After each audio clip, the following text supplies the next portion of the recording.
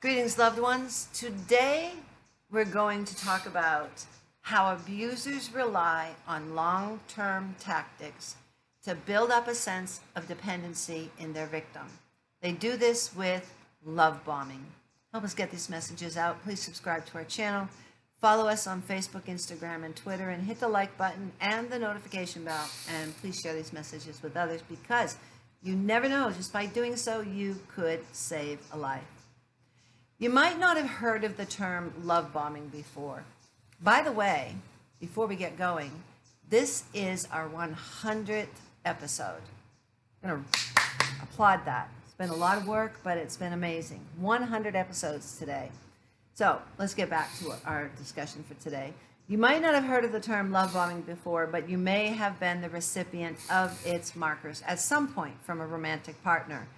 Extreme amounts of doting affection, shows of public affection, over-the-top gifts, and talk of getting serious very quickly. You may find yourself a smitten kitten, uttering the term love at first sight. You think it's too good to be true, and that's because it sometimes is. With love bombing, the clue is in the title. After the love, the bomb drops. The once perfect partner becomes controlling and manipulative. Compliments are replaced with belittling insults that tear down your self-esteem. The goal is to keep you like a possession and to keep you in line. How do you spot love bombing? Well, here's a clue. Listen to your gut. While this sort of affection can feel flattering to anyone, the difference with love bombing is that your gut may indicate something is off. Abusers will be quick to declare that this relationship was destined and that they found their soulmate, even as you wrestle with your doubts. They will assure you that this is it. You were meant to be together. Soon, the abuser becomes possessive to the point of emotional manipulation. If a love bomber notices that their partner is turning his or her focus elsewhere, they'll begin to call their partner selfish. The love bomber portrays himself as the victim, and even the simplest of situations can make them snap, like a phone call from a family member in the middle of a date. Why would you turn your attention anywhere else when you have the love of your life in front of you?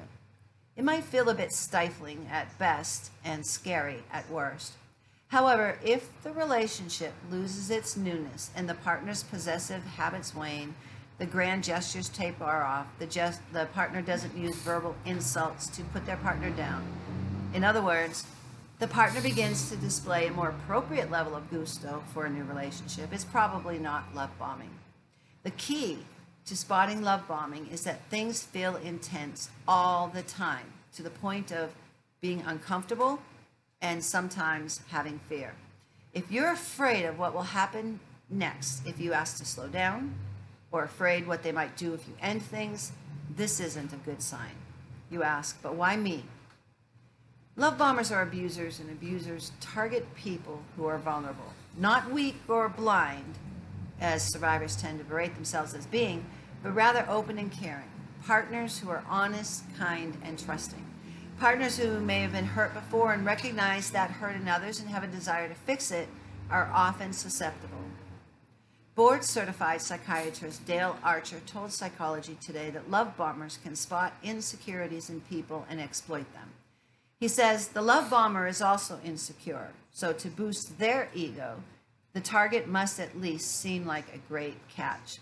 Maybe she's the beautiful woman who's lonely because her beauty intimidates people. Or he's the guy with the great career whose wife left him for his best friend. On paper, these folks are attractive, but something makes them doubt their own value. Along comes the love bomber to shower them with affection and attention. Love bombing is particularly sinister because abusers thrive off of building up your self-esteem before gradually tearing it down. By getting you to trust them and open yourself up, they end up learning your weaknesses and use them as bait to make you stay.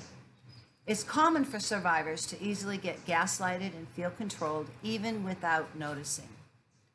So what effects can love bombing have on the partner? First of all, emotional abuse. This is where love bombing falls. Emotional abuse can be just as damaging as other types of abuse. Survivors may begin to blame themselves once the manipulation and berating starts, like saying, "What am I doing to cause this?" The answer is nothing. How do I get it back to how it was? The answer is you can't. The abuser is broken. As with most types of abuse, there may be times when the abuser goes back to being kind, if only for a minute. And that can be enough for some survivors to hold out hope of permanent change, prolonging the relationship and the abuse. You need to trust your gut. Denial is one of the brain's main defense mechanisms, which is why we're often the last to know when we're in denial. While love bombing takes different forms depending on the abuser, the best way to escape it is to take a step backwards when you feel like a relationship is going too fast. It's normal to feel giddy at the start of new love, but it isn't normal to feel like you're dependent on your partner's affection. You may also want to consider journaling to keep track of what's happening in your relationship and keep your memories straight down the road. With 1 in 3 women experiencing domestic violence worldwide, the question is not if you'll encounter a victim of violence. The question before God is, what will you do when you do encounter them? You could be the person who saves a life. You are called, we are called to be champions of justice. And those who suffer violence need to know that those who love them and those who don't even know them will step out and reach out to them to give them the help that they need to leave before it's too late. Help us get these messages out. Subscribe to our channel. Follow us on Facebook, Instagram, and Twitter. Hit the like button and the notification bell. Share these messages with others, because you never know, just by doing so you could save a life. If you're a victim of violence, listen to me. Lie after lie after lie after lie has been told to you. I want to tell you the truth. The truth is that you are valued. You are loved. You are intelligent and you are beautiful.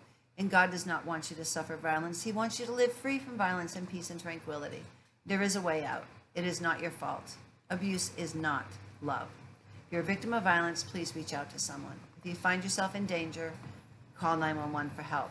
Tomorrow we're going to talk about how abusers need to be seen as manipulators and con artists. How you need to see these abusers as manipulators and con artists. Until then, God bless you.